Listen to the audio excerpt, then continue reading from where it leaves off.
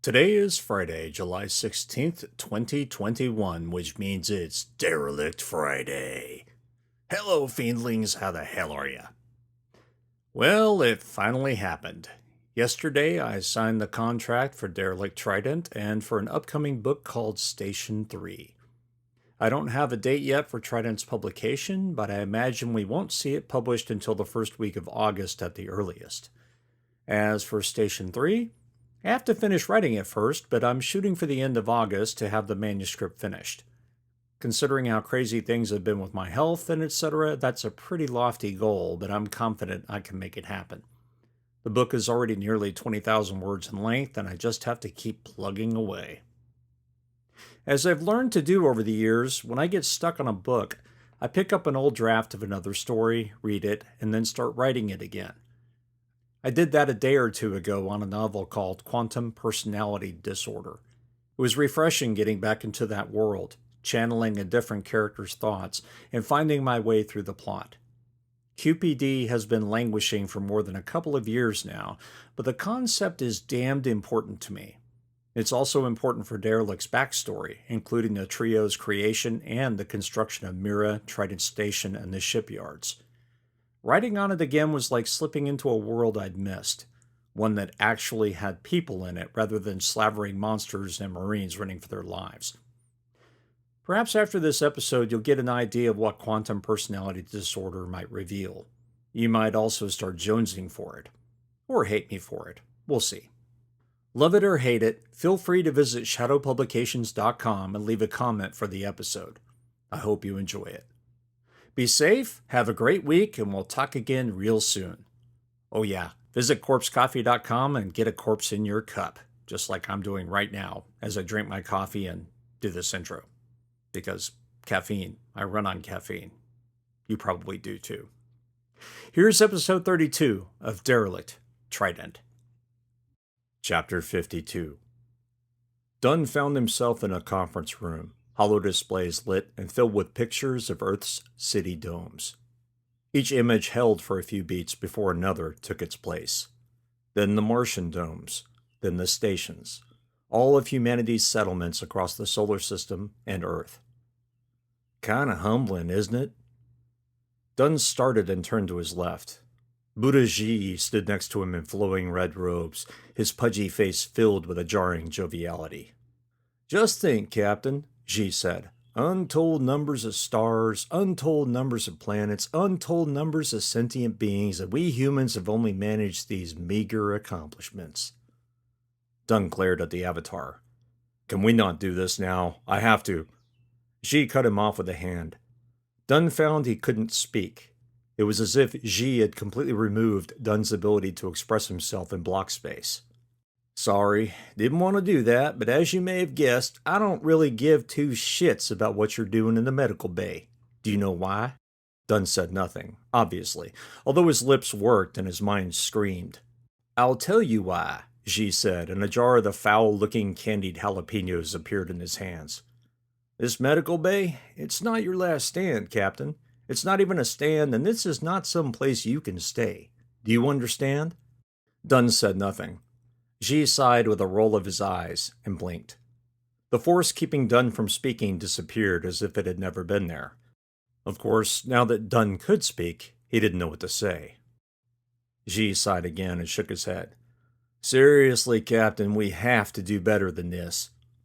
Dunn glared at him. I understand. Good, Ji said. Where were we when we last spoke? He walked in a slow circle, index finger to his chin. Seems like I was telling you something about... Oh, right, he said with a snap of his fingers.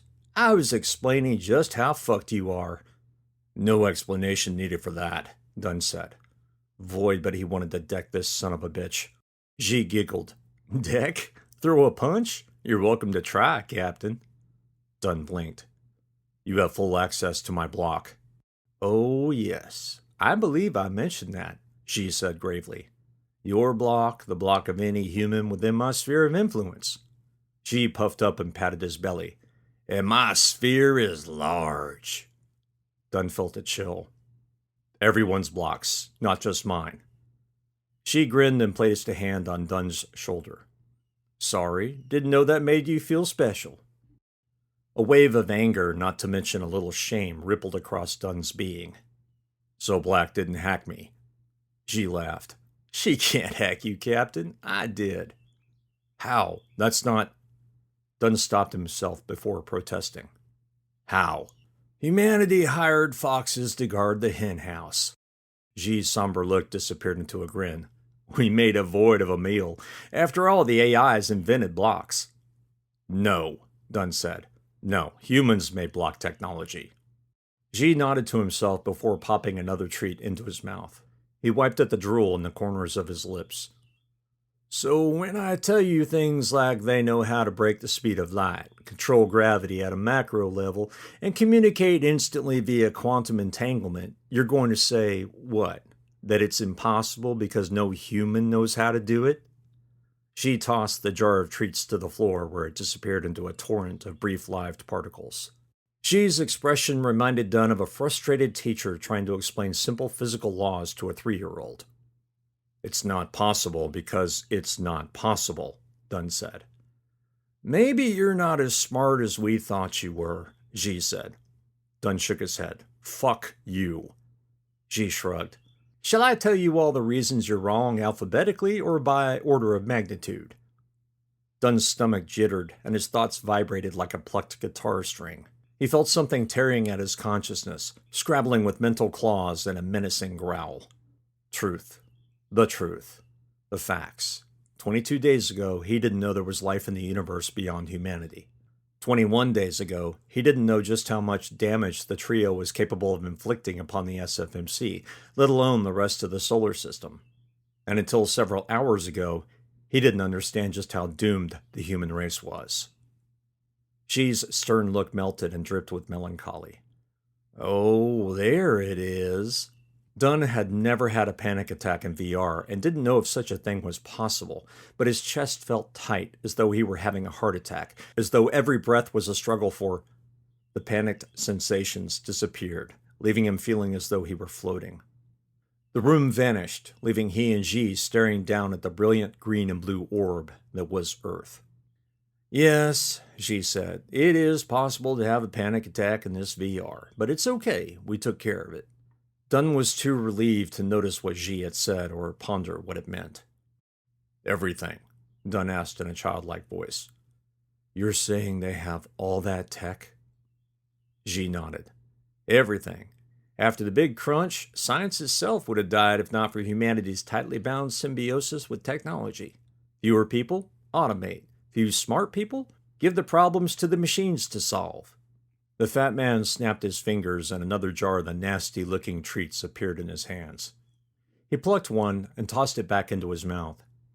But you know what the problem is? He said through his crunching teeth. Sooner or later, the machines are the only ones that know how machines work.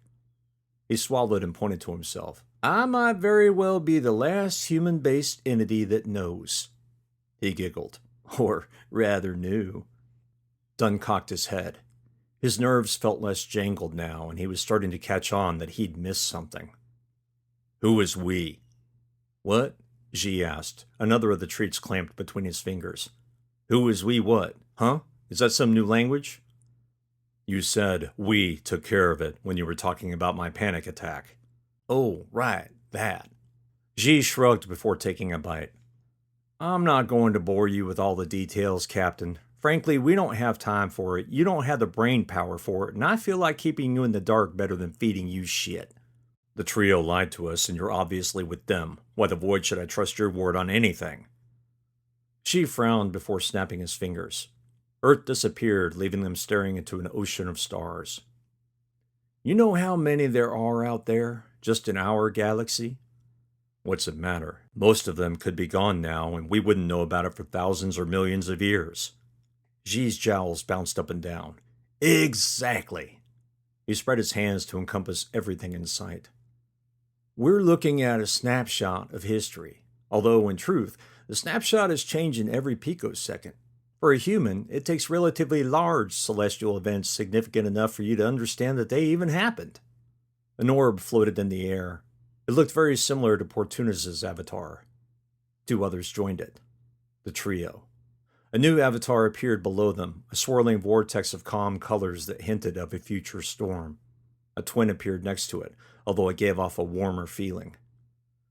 But to them, he pointed at the trio, they noticed neutrinos moving around them. They noticed when starlight flickers abnormally and is out of sequence with the star's light emission history. They notice. We don't. Yes, we do, Dunn said, his voice grim. Because they tell us. Oh, it's worse than that, Xi said. It's because they choose to tell us. Because they make the decision as to whether or not we even need to know. But, Dunn stopped. We still see things with the naked eye. Of course, Xi said, and I'm not saying everything you've experienced in your lifetime has somehow been a big charade. Quite the opposite. But I will admit you've been shepherded. Shepherds ultimately lead their lambs to slaughter. Dunn's words came out in a slow croak. Is that what they've done? Xi shrugged. That depends on you, Captain. What do you mean? I mean, Xi said, that you're going to have to make a choice soon, just as I had to make certain choices the last few decades of my life, just to make sure you would even have the opportunity to make a choice. Otherwise, Xi trailed off, his face impassive. Otherwise what? Dunn asked, but he thought he already knew the answer. And what choices did you have to make? Xi leaned back on an invisible chair. Too many to count, but among them was whom to assign to S&R Black, and when to pull the trigger on Mira. Dunn frowned as he took in the words. Whoa, hang on. What do you mean, whom to assign? Xi said nothing. Grinding his teeth, Dunn rose from his own invisible chair and stalked through space to get at the avatar. You tell me what the fuck you meant. Calm down, Captain, Xi said. Please take a seat. The galaxy of flickering stars disappeared, and he and Xi were now sitting in a bar that resembled the officers' club on Trident Station. Xi stood behind the bar, a bartender's apron wrapped around his large middle. Xi jerked a thumb at the endless shelves of bottles spread about behind him. What'll you have? He asked, his Dallas Dome accent stronger than ever.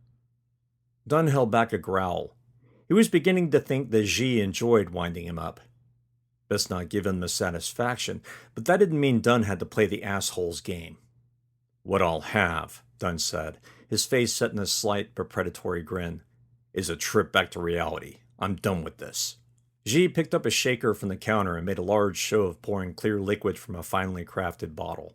Dunn figured he'd put in 3 shots worth before putting down the bottle, grabbing another, and performing the same trick again. Then he added something orange.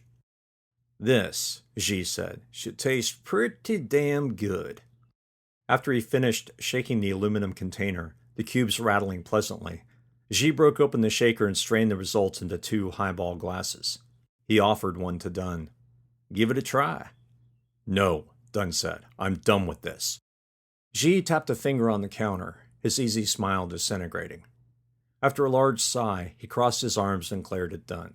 If I promise to answer your questions and to stop screwing around, will you try the damn drink? Dunn blinked. Xi looked like a Buddhist statue that had gone rabid, his jowls pulsing with saliva and his breath coming in harsh rasps. For no reason Dunn could put his finger on, he was afraid. It wasn't just because of the avatar details, but something else emanating from the virtual being. It gave off something like warmth or the feeling of a life force. No, he said to himself, that's not possible. Before he could stop himself, Dunn reached out and took the offered glass. His fingertips registered its cool surface, the hint of moisture from the ice chilling the drink. The glass would soon start sweating. If he didn't know he was in a VR, he would swear it was real life. He regarded Xi with suspicion before breathing in the heavenly scent of fruit and candies mixed with a nearly eye-watering amount of alcohol. Dunn tipped up the glass and guzzled it. His taste buds exploded with hundreds of flavors he'd never experienced before, his brain sizzling with a taste-gasm. He greedily licked the sides of the glass before placing it back on the bar, lips smacking. He couldn't help smiling. Xi grinned like a shark. Good, huh? Dunn wiped his face with the back of his hand. How? How what? Xi asked. How did you taste it? You've tasted and smelled in VR before. No, Dunn said with a shake of his head. Not like this. Never like this. I've never tasted anything like that in real life. Xi sighed. No, you haven't. Afraid those spirits died out some time ago. All the good things did. Dunn watched as Xi unfastened his old-timey bar apron and tossed it on the bar. It disappeared as if it had never been there.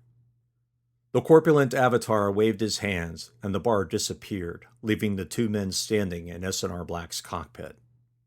Apart from he and Xi, the cabin was empty. Big shock. Since Xi had wanted to speak with him alone, he hadn't exactly expected anyone else to be in the VR. No, you're alone, Xi said as if reading his thoughts. Or should I say, we are alone. And what the void are we doing in here? Xi smiled. Thought it would be self-evident, Captain. You are the commander of the ship, and this is where you belong. It's where you've belonged since the Scaparelli insurrection, and you know it. Dunn's mind flashed with images of blood, shrieking screams, and the rattle of armor-piercing flechettes bouncing off corridors like deadly child's toys. Civilians, Marines, anyone caught in the fuselage was shredded into ribbons of meat. He shook away the images and glared at Xi. Shut up. You don't know what I'm talking about? Xi's grin had disappeared, leaving him looking more sober than Dunn had ever seen. The cheery, nearly caricature Buddha Xi lost at least 15 kilos of mass. At eye level with Dunn, the avatar looked more like the Xi he'd seen in the history hollows. I know what I'm talking about, Captain. Dunn's heart rate had picked up a few beats, and now, instead of wanting the asshole to speak, he wanted the fat man to just disappear and never speak again. The look on Xi's face chilled Dunn's blood. And what is that? Dunn said, trying like the void not to show his fear, although he knew he was failing. You, Talby, Gunny, Dickerson, and Carbonaro were my ringers. Battle-tested, observed to make good decisions, and, she said, his eyes narrowing in contrast to the brilliant smile on his face, people who like to make their own decisions when given abysmal orders. Face it, Captain, you're a shitty Marine. The Avatar raised a chubby finger and pointed at Dunn. And that gets us back to the point. No, you don't get to say that and change the subject. Dunn's fists were clenching and unclenching now, a confused rage boiling in his stomach. I'm not changing the subject, Xi said softly. Dunn heard the Avatar's words, but they sounded far off because of the thoughts racing through his mind. Voices, incidents, decisions, orders, chance, or coincidence were foretold or... He leaned forward and retched as the world spun around him. Something touched his shoulder just as he was falling into darkness. The world came to an abrupt halt, everything stabilizing at once and leaving Dunn feeling as though he'd face-planted into a bulkhead at full thrust.